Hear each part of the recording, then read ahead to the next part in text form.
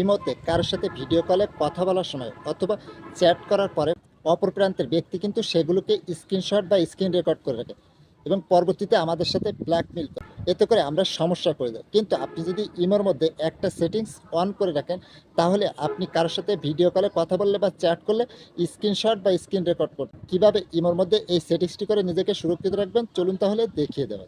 First of all imo অ্যাপসটাকে open করবেন। কর্নারে আপনার প্রোফাইল আইকন বা লোগো থাকবে, এর উপরে ট্যাপ করবেন। পেয়ে যাবেন সিকিউরিটি অ্যান্ড প্রাইভেসি, এর উপরে ট্যাপ করবেন। পেয়ে যাবেন চ্যাট অ্যান্ড কল প্রাইভেসি, এর উপরে ট্যাপ করবেন। ট্যাপ করার পরে এখানে পেয়ে যাবেন ব্লক স্ক্রিনশট ফর কল, এর উপরে ট্যাপ করবেন। তার সাথে এখানে প্রিভিউটা দেখতে পারবেন যে ভিডিও কলে কথা বলতে গেলে স্ক্রিনশট নিতে পারবে না বা স্ক্রিন রেকর্ড করতে পারবে না। তার জন্য এই যে ব্লক স্ক্রিনশট ফর কল, এটা আপনার বন্ধ থাকবে, এটাকে অন করে দিবেন। অন করে দিলে আপনার কাজ শেষ। এখন থেকে আপনি যদি ইমোতে কারোর সাথে ভিডিও কলে কথা বলেন বা চ্যাট করেন, তাহলে অপর প্রান্তের ব্যক্তি কিন্তু স্ক্রিনশট বা স্ক্রিন রেকর্ড দিয়ে রাখতে পারবে।